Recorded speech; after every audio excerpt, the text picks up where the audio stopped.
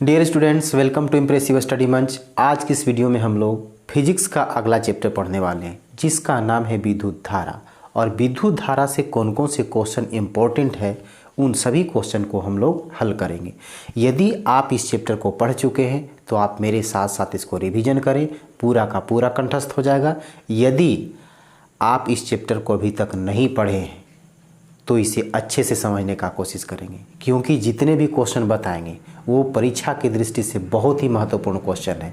ये बहुत important question है। इसमें से जो कुछ क्वेश्चन है पिछली बार बोर्ड एग्जामिनेशन में पूछा जा चुका है, इसलिए इन सभी प्रश्नों पर हमें अच्छे तरीके से ध्यान देना है और हमें रिवीजन करना है। तो आइए सबसे पहला क्वेश्चन देखते हैं। तो सबसे पहला क्वेश्चन है कि विद्युत धारा किसे कहते हैं। ये चैप्टर का नाम भी विद्युत धारा और इससे संबंधित जो पहला क्वेश्चन बनता है कि विद्युत धारा कहते हैं किसको और इसका एसआई मात्रक क्या है, यानी धारा को मापा जाता है तो उसको मात्रक क्या है। तो सबसे पहले समझना है कि विद्युत धारा है क्या। तो देखिए क्या है कि जब कोई चालक तार, ये चालक तार हो गया। चालक तार का मतलब ये हो गया कि ये विद्युत परिपथ भी इसको कह सकते हैं, क्योंकि जिस पथ पर करंट प्रवाहित होता है तो ये चालक तार है, यानी जिसमें करंट प्रवाहित हो रहा है। वैसे तार में तो क्या है कि जब कोई तार से आवेश का प्रवाह होता है, इसमें आवेश प्रवाहित होता है, तब इसको हम लोग कहते हैं कि विद्युत धारा प्रवाहित हो रहा है। तो इसका परिभाषा किस तरह से लिखेंगे, तो चालक तार में व्यवस्थित आवेशों के प्रवाह को क्या कहते हैं, विद्युत धारा कहते हैं। अब पूछेंगे कि चालक तार में आखिर क्या जाता है, इसमें जो प्रवाहित हो रहा है आखिर क्या प्रवाहित हो रहा है, तो इसमें आवेश प्रवाहित हो रहा है, ठीक है ना। तो यानी किसी चालक तार से होकर व्यवस्थित आवेश के प्रवाह को क्या कहा जाता है, विद्युत धारा कहा जाता है। याद हो गया कि किसी चालक तार से होकर के व्यवस्थित आवेशों के प्रवाह को विद्युत धारा कहते हैं, या सीधे कह सकते हैं कि तारों से होकर आवेश का प्रवाह विद्युत धारा कहलाता है। अब इसके बाद है कि इसका एसआई मात्रक क्या है, धारा का एसआई मात्रक क्या है। तो इस विद्युत धारा का एसआई मात्रक जो होता है, इसका एसआई मात्रक क्या हो जाएगा, एसआई मात्रक एम्पियर होगा। एम्पियर को किससे लिखते हैं, तो बड़ा ए से लिखते हैं, ठीक है ना, एम्पियर हो गया। अब क्या है, एक चीज़ इसमें हम देख रहे थे कि तार से क्या प्रवाहित होता है, आवेश प्रवाहित होता है। अब आवेश किसे कहते हैं, इससे संबंधित क्वेश्चन बनता है। देखिए यहाँ लिखे हैं कि विद्युत आवेश और एक है पदार्थ, ठीक है ना। अभी हम बोल रहे थे चालक पदार्थ। आखिर चालक पदार्थ क्या होता है, तो अभी हमने समझा कि जब कोई पदार्थ से, यानी एक चालक पदार्थ, तार कैसा था, चालक तार था। तो चालक का मतलब क्या हो गया, उससे आवेश प्रवाहित हो रहा है, और जिससे प्रवाहित नहीं होगा उसको हम कहेंगे अचालक, ठीक है। तो सबसे पहले हम समझते हैं कि विद्युत आवेश क्या है। आवेश किसको कहेंगे, तो जब कोई वस्तु को रगड़ा जाता है, यानी वस्तु में रगड़ या उसके प्रेरण के कारण उत्पन्न वैसा स्थिति जिसके कारण क्या है कि वह किसी वस्तु को अपनी ओर आकर्षित करने लगता है या किसी वस्तु को वो विकर्षित करता है। कहने का मतलब क्या है कि जब कोई वस्तु को रगड़ा जाता है, जैसे ये कोई वस्तु है, ठीक है, इसको अगर रगड़ा जाएगा तो रगड़ने के बाद इसमें एक ऐसी स्थिति उत्पन्न हो जाती है जिसके कारण क्या है कि नज़दीक वाले वस्तु को हो सकता है कि वो प्रतिकर्षण करे, दूर हटा दे, या हो सकता है कि उस वस्तु को ये अपनी ओर आकर्षित करे। तब ये क्या कहलाएगा, ये आवेश कहलाएगा। इसको फिर से समझा जाए कि जब कोई वस्तु को रगड़ने से या उसके प्रेरण से उसमें ऐसी स्थिति उत्पन्न हो जाती है जिसके कारण यह वस्तु किसी दूसरे वस्तु को क्या करता है, अपनी ओर आकर्षित करने लगता है या उसे प्रतिकर्षित करता है, यानी उसको दूर हटाने का काम करता है। तो इस स्थिति को क्या कहेंगे, इस स्थिति को विद्युत आवेश बोलेंगे, ठीक है। आवेश कितने प्रकार के होते हैं, अगर आवेश पूछेगा तो आवेश कितने प्रकार के होते हैं, इसमें दो प्रकार के होता है। एक होता है धन आवेश, ठीक है, धन आवेश, और एक क्या होता है, एक होता है ऋण आवेश, ऋण आवेश, ठीक है। धन आवेश का मतलब इसका प्लस का चिन्ह हो गया और ऋण आवेश का मतलब इसका माइनस का चिन्ह हो गया। आवेश दो प्रकार के हो गया। अब यहाँ पर पदार्थ, तो पदार्थ इसमें क्या है, देखिए केमिस्ट्री में पूछेगा तो उसमें क्या होता है कि पदार्थ की अवस्था पूछेगा तो ठोस द्रव गैस हो गया, पदार्थ पूछेगा तो तत्व यौगिक और मिश्रण हो गया, ठीक है। लेकिन फिजिक्स में यहाँ हम पढ़ रहे हैं क्या कि पदार्थ है, तो पदार्थ में इसमें क्या आएगा, चालक, अचालक और अतिचालक, समझे। तो इस विद्युत धारा से संबंधित क्या है कि जो पदार्थ है इसमें कौन कौन सा आएगा, एक आएगा चालक पदार्थ, ठीक है, ये आएगा चालक पदार्थ, ठीक है, दूसरा है अचालक पदार्थ, ठीक है, अचालक पदार्थ, और तीसरा क्या है, तीसरा है अतिचालक पदार्थ, अतिचालक पदार्थ, ठीक है। अब यहाँ पर इसका परिभाषा समझा जाए कि चालक पदार्थ किसे कहेंगे, तो वैसा पदार्थ जो अपने से होकर विद्युत धारा को प्रवाहित करता है। यानी ये कोई अगर पदार्थ है तब क्या है कि इस पदार्थ से एक छोर से दूसरे छोर तक, यानी एक भाग से दूसरे भाग तक क्या प्रवाहित हो रहा है, तो आवेश प्रवाहित हो रहा है। तो समझ जाना है क्या है कि ये जब इस पदार्थ से आवेश प्रवाहित हो जाता है तो ये चालक पदार्थ कहलाता है, ठीक है। जैसे जितने प्रकार के धातु हैं, सोना, चांदी, एल्युमिनियम, तांबा, ये सब क्या है, तो ये जो है ना ये चालक पदार्थ है, क्योंकि इससे आवेश प्रवाहित होता है, यानी करंट प्रवाहित हो जाता है, तो ये चालक पदार्थ हो गया।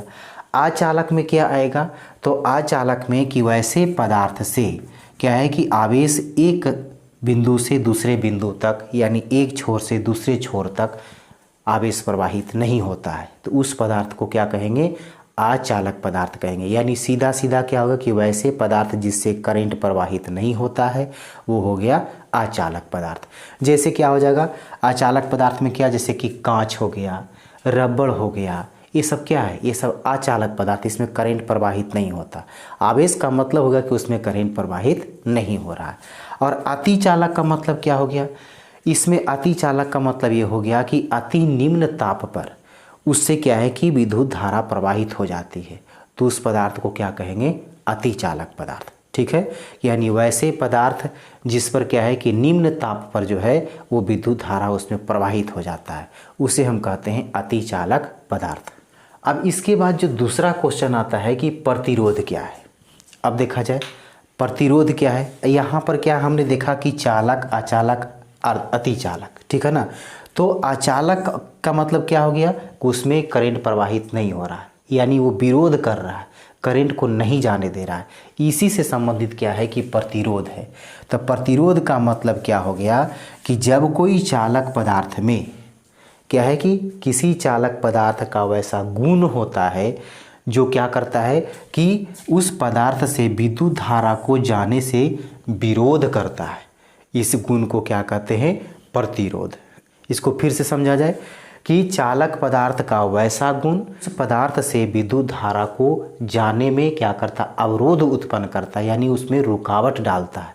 इस गुण को क्या कहते हैं, प्रतिरोध, ठीक है। यानी प्रतिरोध क्या होगा कि चालक पदार्थ में क्या करता है, वो करंट को पार होने से रोकने का काम करता है, यानी अवरोध उत्पन्न करता है, रुकावट डालता है, तो ये हो गया प्रतिरोध। तो प्रतिरोध क्या होता है, चालक पदार्थ का एक ऐसा गुण है। अब इसका क्या है, एसआई मात्रक क्या होता है, तो प्रतिरोध का एसआई मात्रक जो होता है इसका ओम होता है। ओम को इस तरह से लिखा जाता है, ठीक है। यहाँ पर देखिए धारा का एसआई मात्रक क्या हो गया, धारा का एसआई मात्रक एम्पियर हो गया, और प्रतिरोध का एसआई मात्रक क्या हो गया, प्रतिरोध का एसआई मात्रक ओम हो गया। पदार्थ कितने प्रकार के बताए, चालक, अचालक और अतिचालक, ठीक है।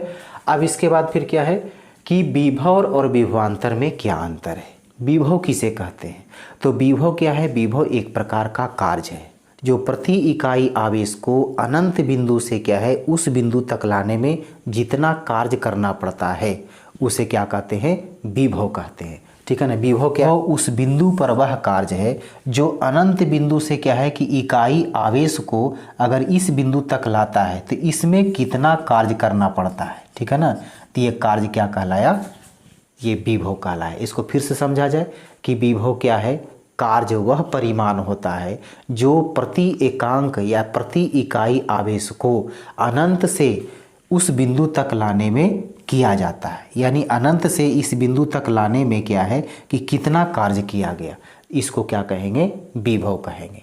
अब इसका एसआई मात्रक क्या होता है, विभव का एसआई मात्रक वोल्ट होता है। अब क्या है इसमें और कुछ है, एक और है विभवांतर, ठीक है ना। विभव और विभवांतर में अंतर समझना था। विभव तो हो गया कि अनंत बिंदु से उस बिंदु तक लाने में किया गया, इकाई धनावेश को लाने में किया गया कार्य। अब विभवांतर क्या है? तो विभवांतर क्या है कि दो बिंदुओं के बीच, ठीक है ना, ये दोनों के बीच विभव का अंतर क्या कहलाएगा? विभवांतर कहलाएगा। जैसे यहाँ पर मान लिया जाए कि ये यहाँ पर ए बिंदु है, यहाँ पर बी बिंदु है। अब यहाँ पर का जो विभवांतर है 3 वोल्ट और यहाँ पर का भी 10 वोल्ट है। तब इसमें से क्या करेंगे? इसको अंतर निकालेंगे, यानी दो बिंदुओं के बीच विभव के अंतर को, तो इसका विभवांतर कितना हो जाएगा? तो 10 वोल्ट में से 3 वोल्ट घट जाएगा तो कितना बचेगा? 7 वोल्ट। ये हो गया विभवांतर, ठीक है। यानी एक परिभाषा के आधार पर अंतर कर दिया हमने। फिर अब इसके बाद अगला क्वेश्चन जो है कि किसी चालक का प्रतिरोध किन किन बातों पर निर्भर करता है। अब देखिए चालक का प्रतिरोध किन किन बात पर निर्भर करता है, यानी चालक में क्या क्या चीज़, माने कौन सा गुण होना चाहिए, तो उसमें चालक का प्रतिरोध में क्या परिवर्तन हो जाएगा, तो इसके बारे में लिखना है कि चालक का प्रतिरोध किन किन बातों पर निर्भर करता है, कब प्रतिरोध अधिक हो जाता है, कब प्रतिरोध कम हो जाता है। तो इसमें जो है ना, इसमें कुछ बिंदु है, इसको हम नोट करते हैं कि चालक का प्रतिरोध किस पर निर्भर करता है। तो देखा जाए सबसे पहला है लंबाई पर, ठीक है ना, सबसे पहला लंबाई पर। तो लंबाई में क्या होता है कि चालक का जो प्रतिरोध है लंबाई के समानुपाती होता है। कहने का मतलब ये हो गया, ये लंबाई पर लिखेंगे, यानी चालक की लंबाई पर डैश दे करके लिखना है। जब नोट्स बनाएंगे तो इसमें लिखेंगे कि चालक का प्रतिरोध निम्नलिखित बातों पर निर्भर करता है या निम्नलिखित बिंदुओं पर निर्भर करता है। सबसे पहला क्या है कि चालक की लंबाई पर, यानी तार जितना लंबा रहेगा प्रतिरोध उतना ही अधिक होगा। अब इसको इस तरह से समझिए कि ये तार इतना छोटा है तो इसमें प्रतिरोध कितना होगा? कम होगा। लेकिन और तार लंबा है तो इधर भी तो प्रतिरोध होगा। तो कहने का मतलब तार जितना लंबा रहेगा प्रतिरोध उतना ही अधिक होगा। तो ये पहला बिंदु हो गया कि चालक तार की लंबाई पर। दूसरा है कि चालक तार की मोटाई पर, ठीक है ना, मोटाई पर। ये क्या होता है कि चालक तार का जो प्रतिरोध होता है अनुप्रस्थ काट के क्षेत्रफल का व्युत्क्रमानुपाती होता है। यानी कहने का मतलब क्या हो गया, ये जो है ना, ये इसका व्युत्क्रमानुपाती होता है। किसका? अनुप्रस्थ काट के क्षेत्रफल का। अब यहाँ पर इसको क्या लिखेंगे?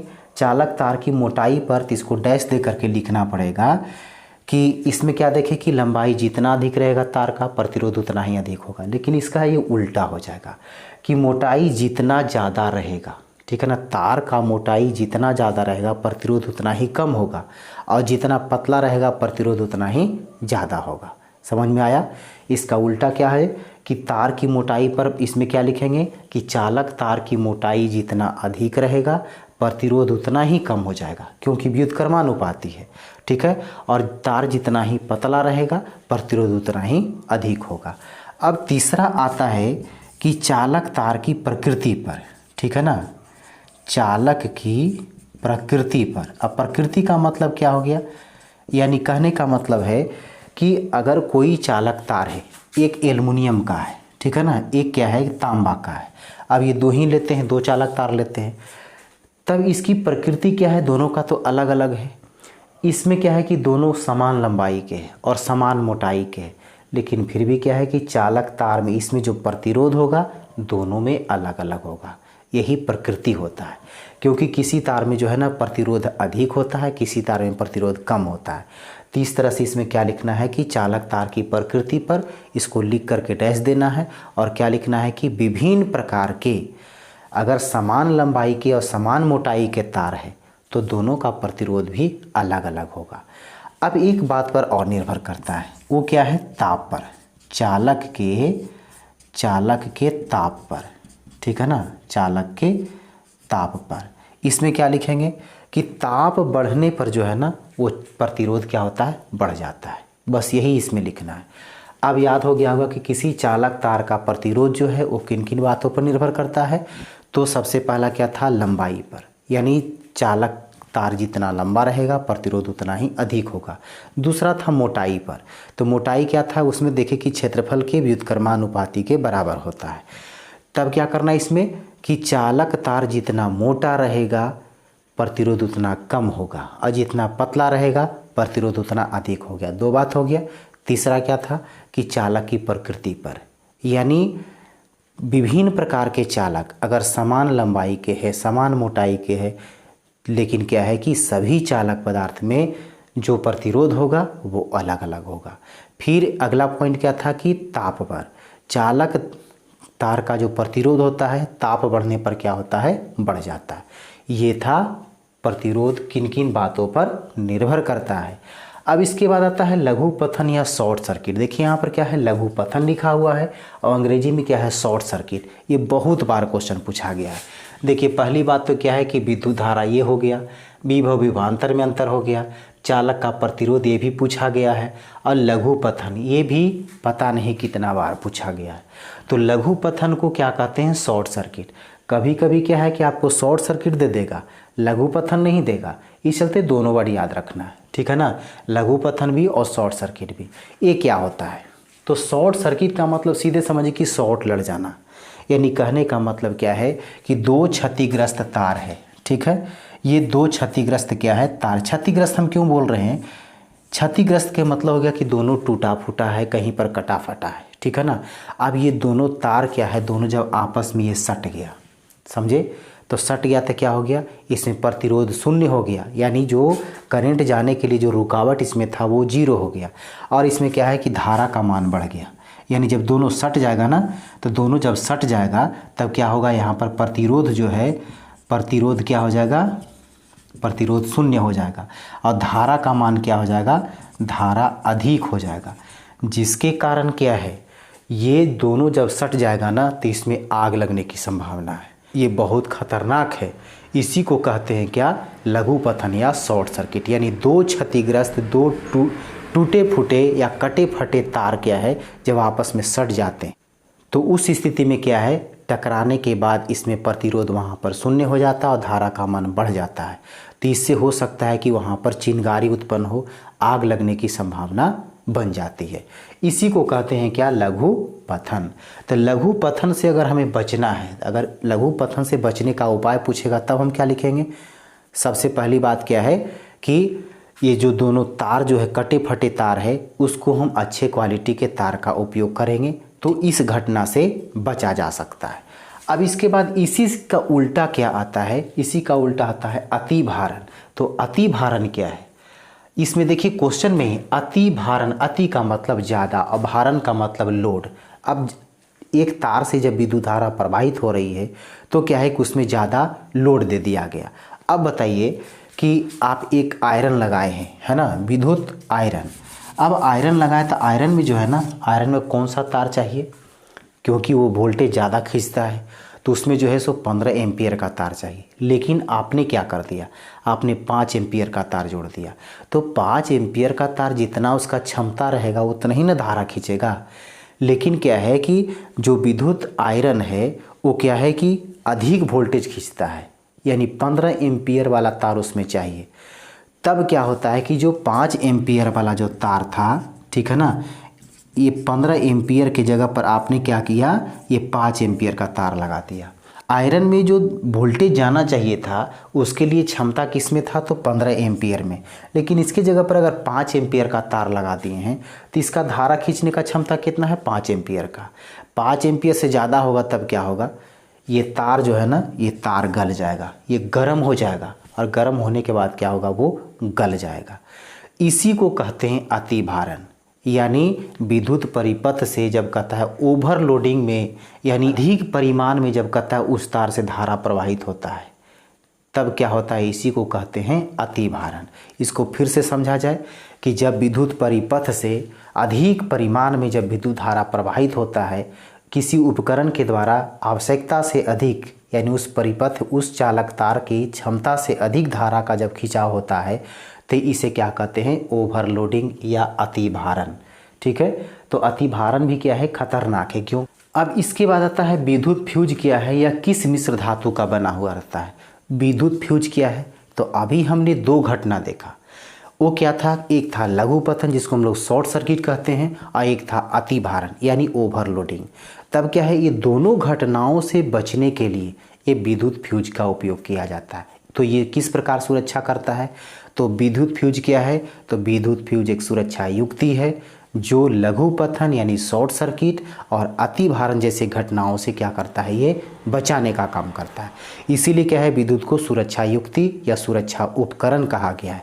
समझ में आ गया होगा कि विद्युत फ्यूज क्या है। तो विद्युत फ्यूज एक सुरक्षा युक्ति है या सुरक्षा उपकरण है जो लघु पतन या शॉर्ट सर्किट और अति भारण जैसे घटनाओं से सुरक्षा प्रदान करता है। ठीक है, अब इसमें जो है ना, ये किस प्रकार कार्य करता है, तो उसको समझने के पहले जो है ये समझना होगा कि किस मिश्र धातु का बना हुआ रहता है।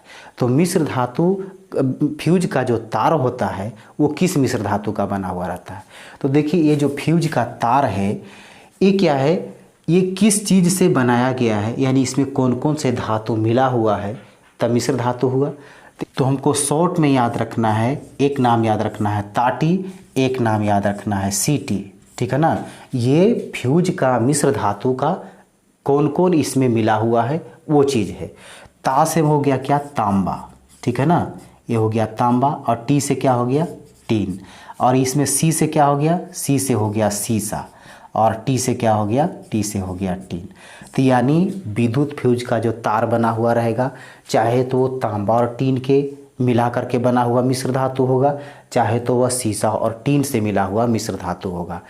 तो ये जो कार्य करता है ना, ये किस प्रकार करता है, तो जितनी इसकी क्षमता होती है अगर उससे ज़्यादा परिमाण में अगर अधिक वोल्टेज इससे प्रवाहित हो रहा है तब क्या होता है कि ये गल जाता है। यानी कहने का मतलब क्या है, इसका गलनांक कम होता है। याद रखना है कि विद्युत फ्यूज जो तार है उसका गलनांक क्या होता है, तो गलनांक इसका जो है ना, इसका गलनांक कम होता है। और प्रतिरोधकता जो है, प्रतिरोधकता क्या होता है, अधिक होता है। ये ऑब्जेक्टिव का क्वेश्चन है, याद रखना है कि विद्युत फ्यूज के तार का गलनांक कम होता है कि अधिक होता है, तो उसमें क्या होता है, कम होता है। प्रतिरोधकता क्या होता है, तो अधिक होता है। जब विद्युत फ्यूज से होकर के अचानक अधिक परिमाण में अधिक वोल्टेज में क्या होता है, धारा प्रवाहित होता है, तब क्या होता है इसमें कि यही मिश्र धातु जो है ना ये गल जाता है, गर्म होकर के क्या होता है, गल जाता है। और उसके आगे परिपथ में जितने प्रकार के विद्युत उपकरण लगे हुए हैं, जैसे मान लिया जाए कि टीवी चल रहा है, पंखा चल रहा है, कूलर चल रहा है, आयरन लगाए हुए हैं, और हो सकता है कि बिजली का चूल्हा है, ये सारे उपकरण कहता है कि चल रहे हैं। तो अचानक वोल्टेज में अगर कहता है कि धारा प्रवाहित हुआ तो विद्युत फ्यूज से होकर के जा रहा है, तो विद्युत फ्यूज क्या होगा कि इसका गलनांक कम होने के कारण, क्योंकि इसकी क्षमता से ज़्यादा वोल्टेज हो जाएगा, तो इसका तार जो है गर्म होकर के गल जाएगा। ठीक है ना, और धारा आगे प्रवाहित नहीं होगा। तो इस चलते जितने सामान लगे हुए थे उस परिपथ में, वो सारा का सारा उपकरण, सारा का सारा सामान जो है वो सुरक्षित रह जाएगा। ठीक है, अब इसके बाद आता है कि विद्युत बल्ब में निष्क्रिय गैस क्यों भरी रहती है। विद्युत बल्ब में क्या होता है, कौन सा गैस भरा जाता है, तो निष्क्रिय गैस। निष्क्रिय का मतलब अक्रिय गैस, जो किसी से अभिक्रिया नहीं करता है। तो ऐसा क्यों किया जाता है, इस गैस को क्यों भरा जाता है, दूसरा गैस को भरने से क्या होगा, कुछ हानि है या कुछ फायदा हो सकता है, तो इसके बारे में समझते हैं। तो निष्क्रिय गैस भरने का कारण ये है कि अगर निष्क्रिय गैस के जगह पर बल्ब के अंदर अगर कोई दूसरी हवा भर दी जाए और जब उसमें विद्युत धारा प्रवाहित की जाती है, तब क्या होता है कि जो फिलामेंट है ना वो भंगुर हो जाता है, यानी टूट जाता है। तो इसी से बचने के लिए क्या किया जाता है, उसमें निष्क्रिय गैस भरा जाता है, यानी अक्रिय गैस भरा जाता है। इसको फिर से समझा जाए कि विद्युत बल्ब में निष्क्रिय गैस क्यों भरी जाती है। तो निष्क्रिय गैस भरने से क्या होता है कि वो फिलामेंट जो है ना वो गर्म होकर के टूटता नहीं है। लेकिन अगर उसके स्थान पर क्या है कि निष्क्रिय गैस को अगर निकाल दिया जाए और बल्ब में दूसरे गैस को भर दिया जाए, यानी उस हवा को भरने से क्या है, और जब विद्युत धारा उसके अंदर प्रवाहित किया जाएगा तो टंगस्टन जो फिलामेंट जो बना हुआ है वो क्या होता है, भंगुर हो जाता है, चूर चूर हो जाता है। इसीलिए क्या है कि अन्य हवा को नहीं भरा जाता, बल्कि विद्युत बल्ब में क्या है, निष्क्रिय गैस को भरा जाता है। याद हो गया।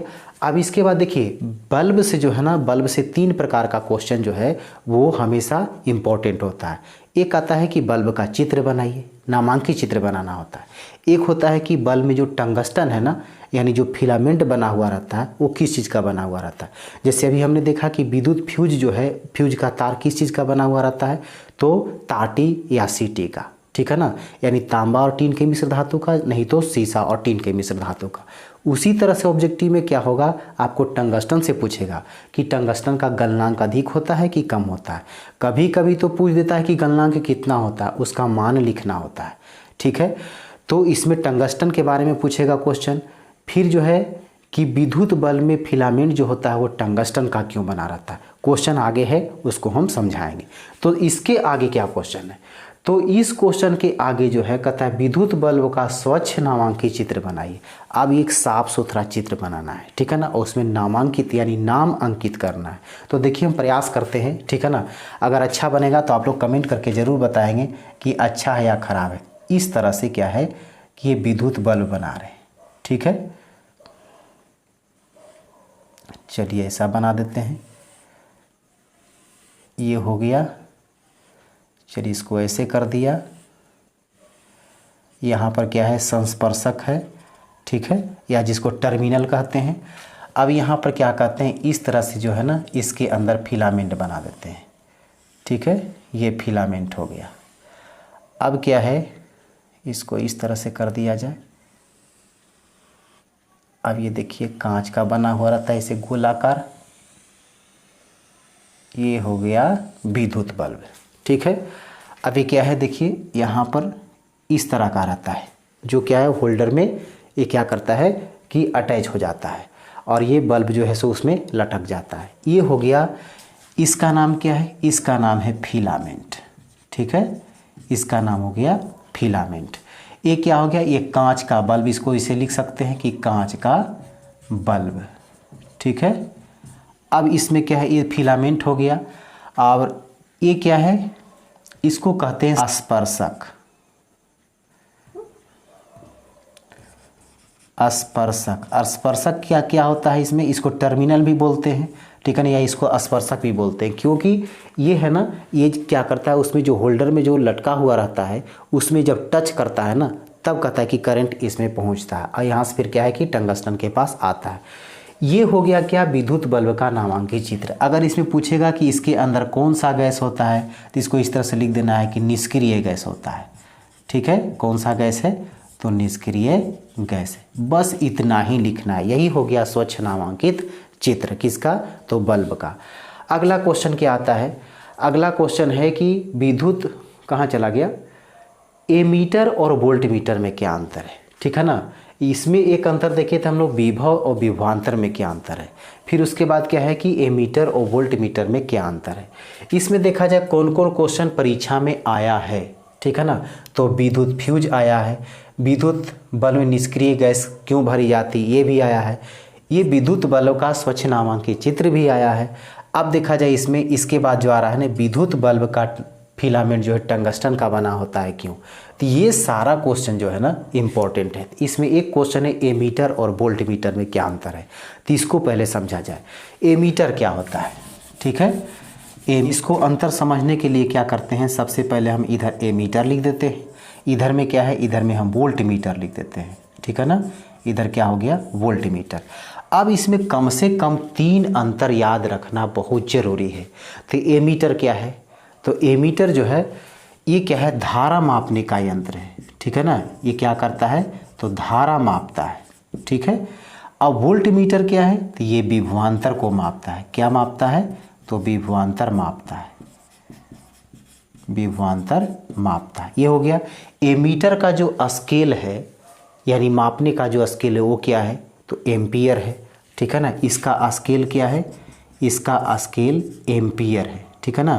तो एम्पियर में अंकित होता है, अंकित होता है। और इसका स्केल क्या है, तो इसका स्केल जो है ये वोल्ट में, ठीक है ना, वोल्ट में अंकित होता है, अंकित होता है। एक चीज़ और है, एमीटर को हमेशा श्रेणी क्रम में जोड़ा जाता है। देखिए श्रेणी क्रम क्या होता है, समांतर क्रम क्या होता है, अगले वीडियो में इसका हम व्यंजक प्राप्त करके बताएंगे। बहुत ही इजी है, उसमें टेंशन लेने की बात नहीं। ऐसा नहीं कि बहुत बड़ा है, बुक में देखते होंगे तो लगता होगा कि अरे इतना बड़ा है, तो इतना बड़ा हम कैलकुलेशन कैसे निकालेंगे, फिगर कैसे बनाएंगे। कोई टेंशन नहीं लेना, एकदम आसान तरीके से बताएंगे कि श्रेणी क्रम क्या होता है, समांतर क्रम क्या होता है। तो एमीटर को कहाँ जोड़ा जाता है, श्रेणी क्रम में, ठीक है ना। इसे क्या करते हैं, तो श्रेणी क्रम में जोड़ा जाता है, श्रेणी क्रम में जोड़ा जाता है। और वोल्टमीटर को कैसे जोड़ा जाता है, इसे समांतर क्रम में जोड़ा जाता है।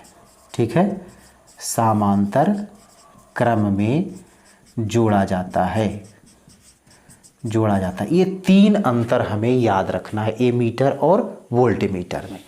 अब इसके बाद क्या आता है कि विद्युत बल्ब का फिलामेंट टंगस्टन का बना होता है। क्यों, बहुत ही इंपॉर्टेंट। तो विद्युत बल्ब जो है इसमें फिलामेंट टंगस्टन का बना होने का कारण ये है कि इसका गलनांक बहुत उच्च होता है। अधिक वोल्टेज भी आएगा ना तो फिलामेंट जल्दी गलेगा नहीं।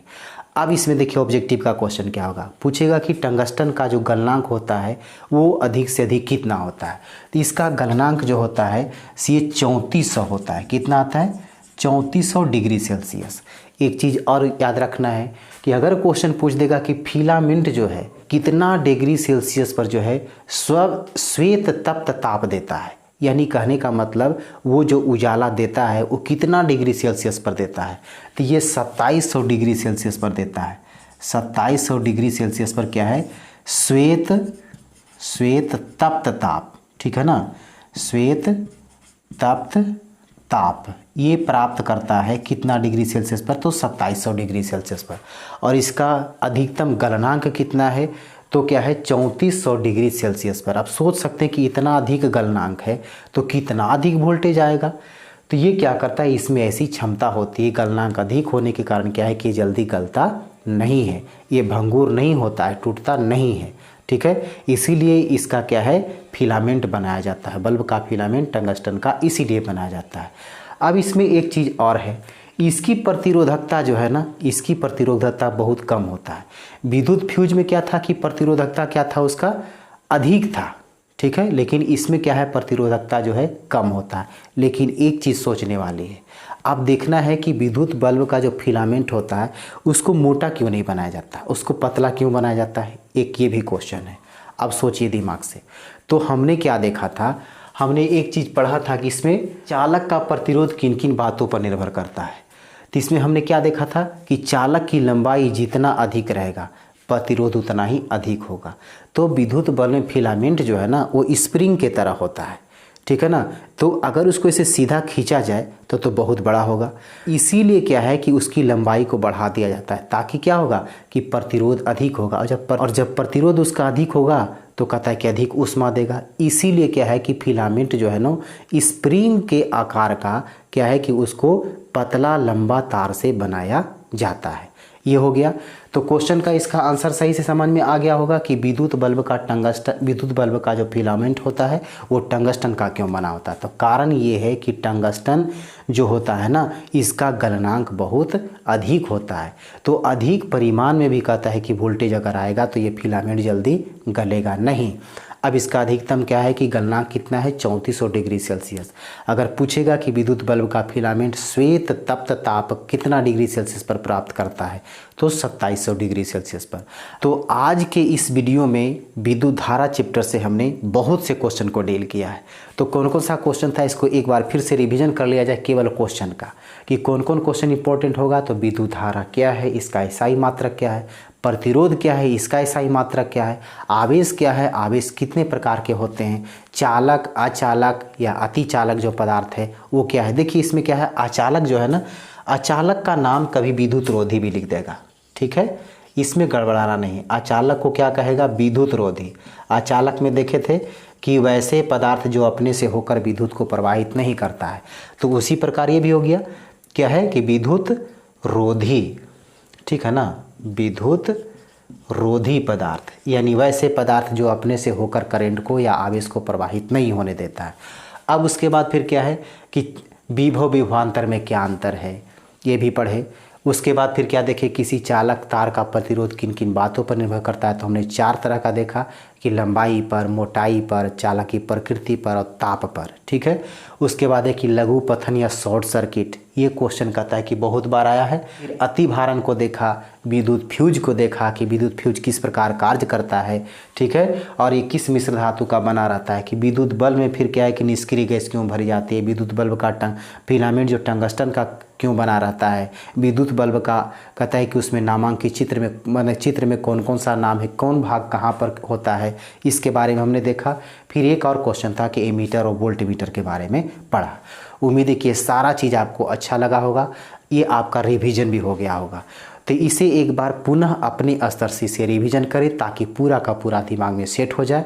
और इस चैप्टर से जितने भी आधार का हमने क्वेश्चन बताया, चाहे ऑब्जेक्टिव का हो, चाहे शॉर्ट क्वेश्चन हो, चाहे लॉन्ग क्वेश्चन हो, एक भी नहीं छूटना चाहिए। ऐसा आप टारगेट बना करके चले। रिवीजन ऐसा करें कि उस चैप्टर से जो भी क्वेश्चन आए, चाहे किसी भी प्रकार का क्वेश्चन हो, ऑब्जेक्टिव का क्वेश्चन हो, शॉर्ट क्वेश्चन हो या दीर्घ का क्वेश्चन हो, एक भी क्वेश्चन नहीं छूटना चाहिए। रिवीजन इस प्रकार का हो। तो उम्मीद है कि आपको क्लास अच्छा लगा होगा, तो इसे अपने दोस्तों के साथ अधिक से अधिक शेयर करें।